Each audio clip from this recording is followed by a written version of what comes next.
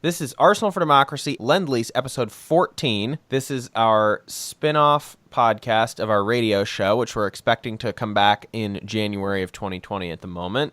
This is the show that we started doing over the summer while I was campaigning, and we've brought it back now for several weeks at the end of the year. This week, we're going to be continuing some of our series on leftist history in the United States. We are talking about the Hawaii Communists, the Hawaii Democratic Party, and how to build a multiracial workers' political movement in the United States.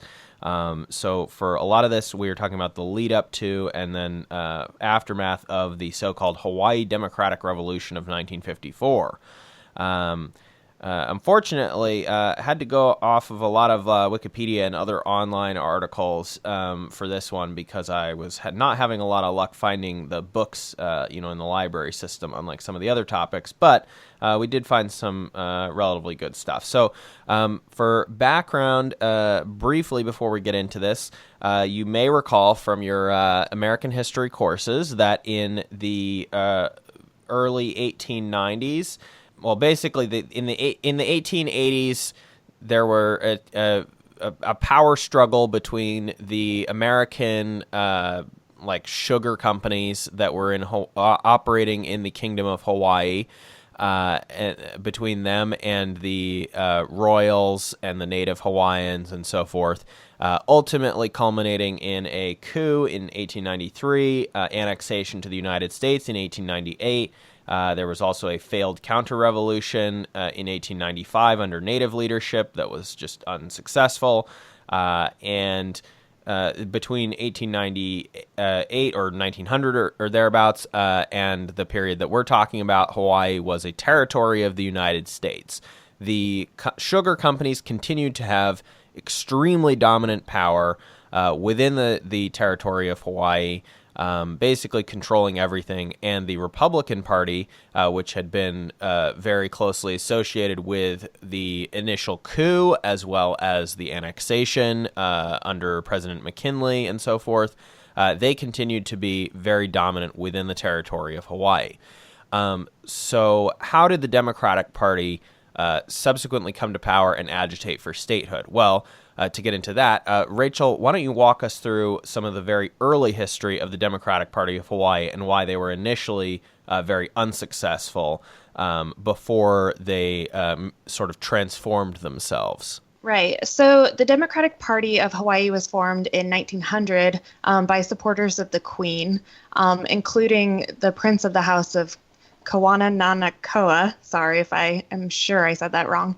And so they saw that the future for Hawaii, they needed to have a party that was a counterpart to the U.S. party. And so they decided to establish the Democratic Party of Hawaii. The Democratic Party of Hawaii was in opposition to the Reform Party of Hawaii, who seized control of the government and intended to annex Hawaii to the United States. This Reform Party got affiliated with the Republican Party in contrast to the Democrats' opposition. At the 1900 Democratic National Convention in Kansas City, the prince actually attended that convention, and he became the first royal attendee. Just kind of a fun little note there. And during the rule of the Big Five sugar companies, the Democratic Party was very weak. They were just kind of an opposition party against these pro-business, pro-annexation, pro-centralized power group of the sugarcane plantation owners who were allied with the Republican Party of Hawaii. Anytime the party did manage to elect a Democrat, they were incredibly weak. They were usually just mayors of of towns. There were two mayors of Honolulu that were Democratic, Joseph J. Fern and John H. Wilson. They just didn't have enough power, even if they achieved it. But there was a lot of infighting.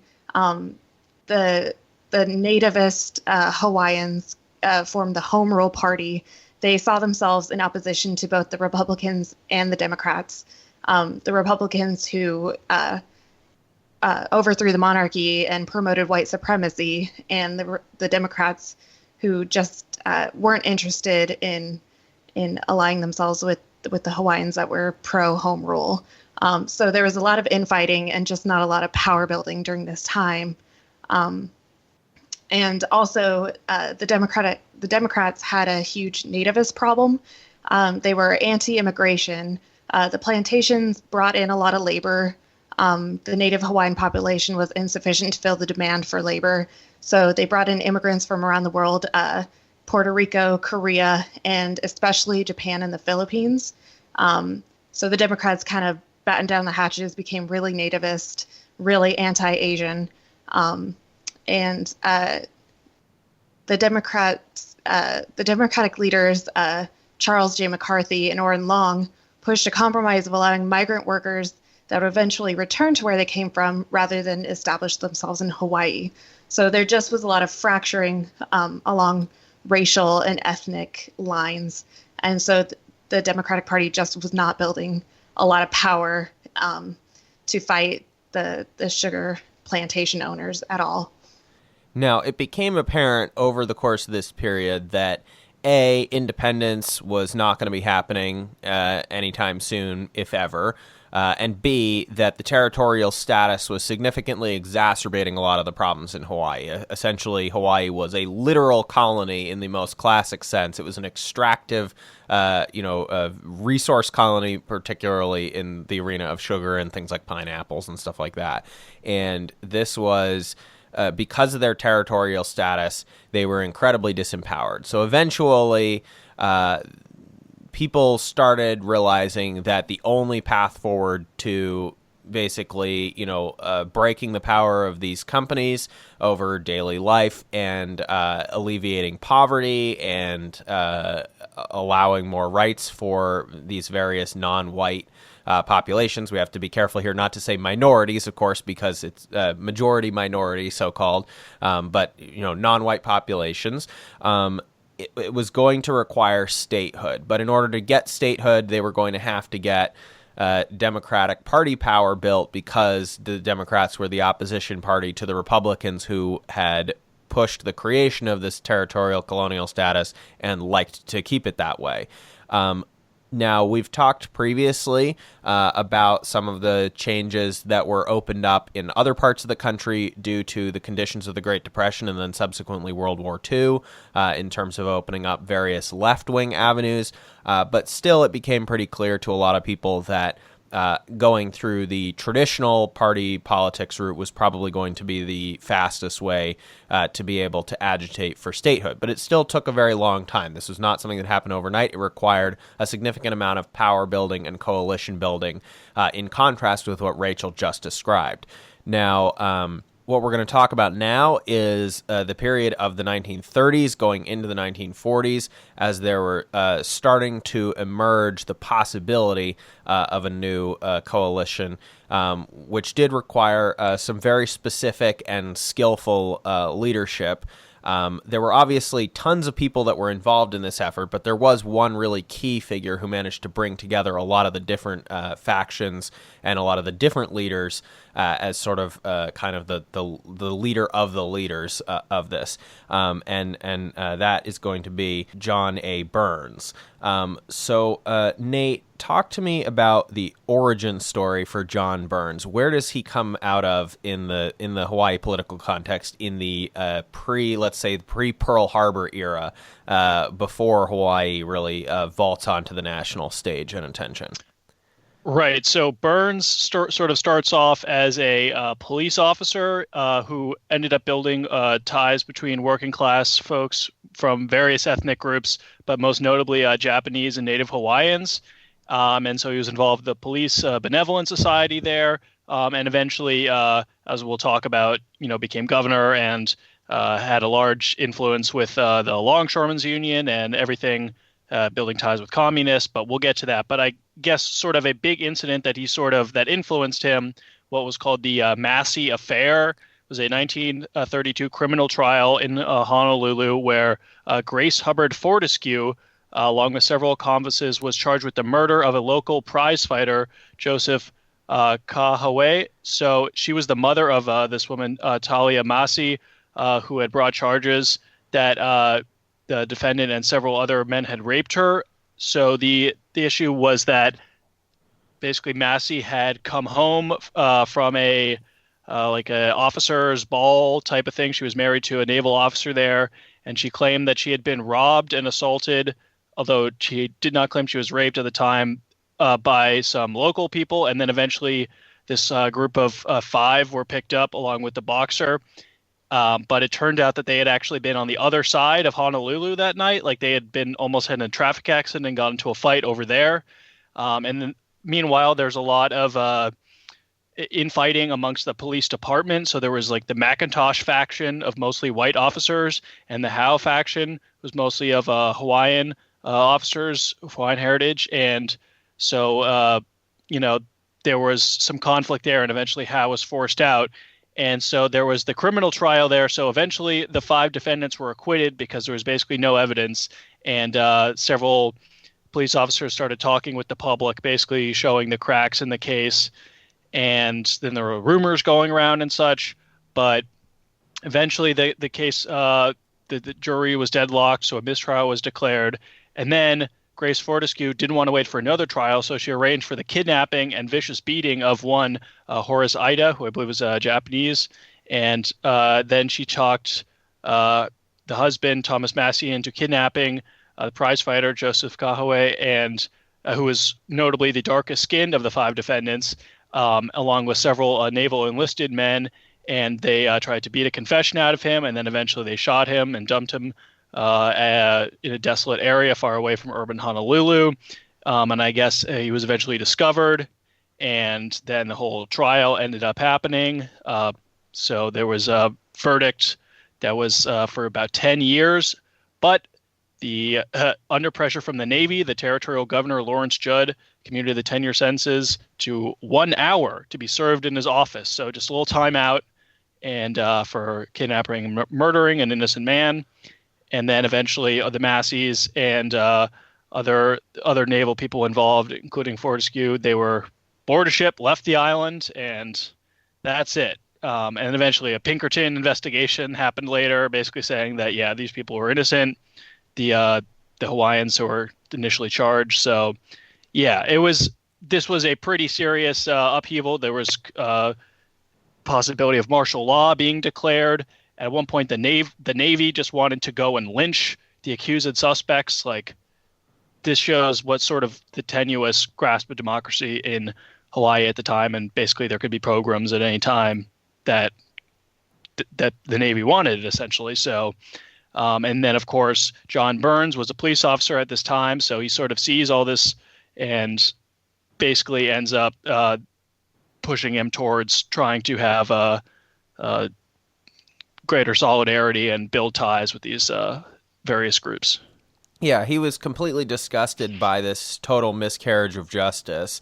This, as Nate said, prompted him to move toward more political organizing. Again, as I said, a lot of people starting to feel like the only path to any sort of change and empowerment of the local population and the immigrant population was under statehood rather than the territorial status. So after Pearl Harbor, the United States joins World War II, is actively in partnership with the Soviet Union. As we talked about in a previous episode this summer, that completely realigns the political possibilities between communists and other leftists and more mainstream Democrats. And while that didn't necessarily lead to a whole lot in the United States, where you have this very strong Democratic Party that's in control of everything already, conditions were obviously different in Hawaii, where you had almost one-party rule under the Republicans. So at this point, you have the Communist Party, the ILWU longshoremen, and then at the end of World War II, also joining Japanese Americans returning home from World War II, where they had been serving the United States military, including the 442nd Regimental Combat Team and the 100th Infantry Battalion. So you have this influx of these veterans who are prepared to organize as well. And the communists start providing training, and the ILWU longshoremen were a more we've talked about previously how some unions were not very left-wing and some unions were left-wing. So the longshoremen, traditionally associated with syndicalist tendencies or communist tendencies, depending on the period, they got very involved as well in the agitations. And what essentially starts happening is an 8-year period of direct action and general strikes, directed primarily against the big five sugarcane companies, who, as we talked about earlier, had staged the 1893 coup and the later annexation to the United States, and still had this immense control. Now, we've talked earlier this year on the show about sort of the model of general strikes under anarcho-syndicalism and the idea of bringing everything to a halt, and so that you can supplant political power. But in this case, they were not trying to set up a commune or anything, probably because they realized that especially with the huge U.S. military presence in Hawaii, that wouldn't have happened. So the alternative strategy that they settled on was this combination of crippling strikes to build political power and leverage. So let's talk first about the 1946 sugar strike. Rachel, walk us through the details of what happened there. The sugar strike occurred in 1946. It began on Labor Day. It was the first strike to ever shut down the sugar industry. According to a Hawaii Public Radio post, more detailing the history of the strike, more than 26,000 plantation workers and their families went on strike for nearly 3 months, closing all but one of 34 plantations across the island chain. The longshoremen, under the leadership of the Longshoremen's Union, they were able to bring together the Hawaiian workers, the Filipino workers, the Japanese workers, to build that solidarity, so they were able to shut down these plantations. The union negotiated with plantation owners that no workers could be evicted from their industry-provided homes during the duration of the strike, and they also ensured that the plantation owners that all essential workers would remain on their jobs, such as sanitation and power workers. So what made this so effective was they were able to organize efforts to provide food for the families as they were striking. There were collectivized food banks where rice was served to the striking families. So they were able to have their needs met during the duration of the strike. And into the buildup of the strike, the union worked to unite workers of different races and ethnicities by running meetings in different languages. Instead of just speaking one language, potentially alienating other ethnic groups that didn't speak that language, they conducted meetings in English, Japanese, and Ilocano at the bare minimum, and sometimes also Visayan. That is according to William Puett, the director of the Center for Labor Education and Research at the University of Hawaii, West Oahu. And even though the strike didn't achieve all the goals they were striking for, most workers got a raise of 20 to 40% in their wages. The plantation owners agreed to set fixed charges for perquisites, the benefits like housing and medical care and whatnot. So although they didn't reach all those goals, they were able to build a lot of power and really kind of knock the sugar plantation owners on their heels, and gave them kind of showed how powerful the people were. And also it kind of taught the workers that the benefits were rights that the workers were fighting for, not just benevolent gifts coming from the owners of these plantations. So housing, medical, a pension, wages were all these inherent rights for the workers, not just kind of noblesse oblige from the plantation owners, which is that kind of class consciousness that helps build power for the workers. Now, in this period, this 8-year period from 1946 through 1954, as this direct action is continuing to organize the big five sugarcane companies and diminish their political power, Burns is continuing to work inside the state the territorial Hawaii Democratic Party. to build a coalition. The machine that he eventually assembled, as one of you, I think Burns machine. Rachel noted, the Burns machine, would eventually bring together Asian Americans, Native Hawaiians, and white Hawaiians who agreed with this agenda, and building power for the local Democratic Party to overcome racial and ethnic divides, and gradually incorporate more and more of the native-born citizens of the children of immigrants who were increasingly able to vote and likely to vote Democratic, and that was very critical as well in building this machine. But again, he had started out as this unionized police officer, as Nate mentioned, in the Benevolent Association and so forth, and continued to work with the longshoremen, and he confirmed decades later what was always suspected, which is that he was working closely with the Communist Party in Hawaii, who had provided critical training and support in the late 1940s. He said that they saw him as a genuinely working-class organizer and future political leader. But he was extremely careful at the time to never state any kind of communist ideology within the Hawaii Democratic Party. It was not something that they put in the platform or anything like that, but they were behind the scenes working closely together. The FBI ended up actually arresting several leading Hawaiian communists in 1951, and HUAC, the House Un-American Activities Committee, was monitoring the growing movement as early as 1949. Militant dock workers, again, this is, going back to those longshoremen, they're sort of, and this is something that we had talked about on the syndicalism episode, some of the most radical sort of union presence in the United States had historically been around the docks and ports all across the United States, and then they would export it to various other places. But rather than exporting it across the ocean, this time the dock workers started moving inland. And that was how they were able to start organizing those plantation workers so that they could decimate the power. Because one of the great syndicalist principles is you organize the entire supply chain, and that is how you get the power over an industry, rather than organizing bits and pieces in little craft unions and things like that. Eventually, this culminates in 1954 in the Democratic Party finally sweeping into power in the territorial legislature and starting to make a more concerted push to get a statehood bill within in the mainland United States passed. They were, at various points trying to coordinate with Alaska as well to try to get that approved. This was still a continual struggle, though. So the Democratic Revolution, although it happened in 1954, did not end there. They had to continue to build power and struggle. Burns was elected 2 years later to Congress as a territorial delegate himself.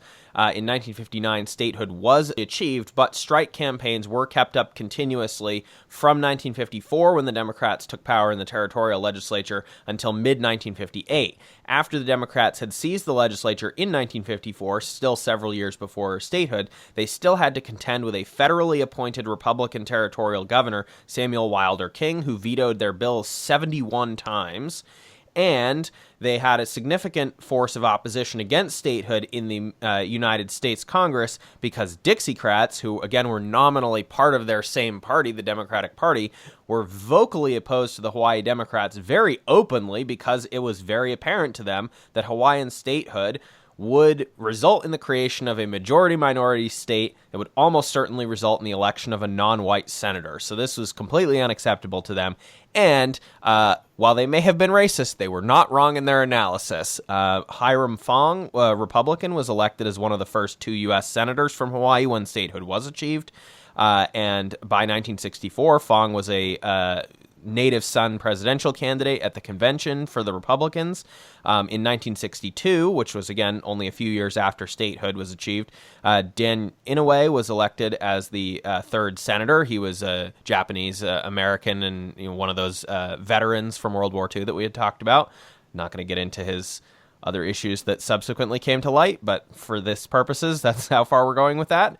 And the struggle continued, but eventually the Hawaii Democrats were able to overcome the opposition of the Dixiecrats and basically achieve statehood and political power. And as we said, Burns himself was subsequently elected governor of the new state.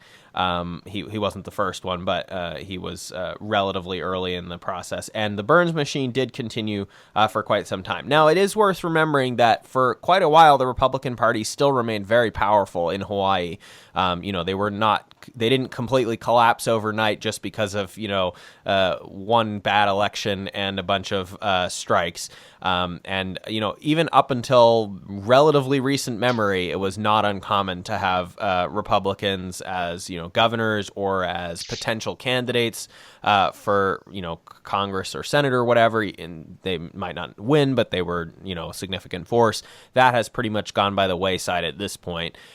Nate, did you want to talk a little bit more before we wrap up here about just any of the other miscellaneous elements related to the Democratic Party machine in Hawaii?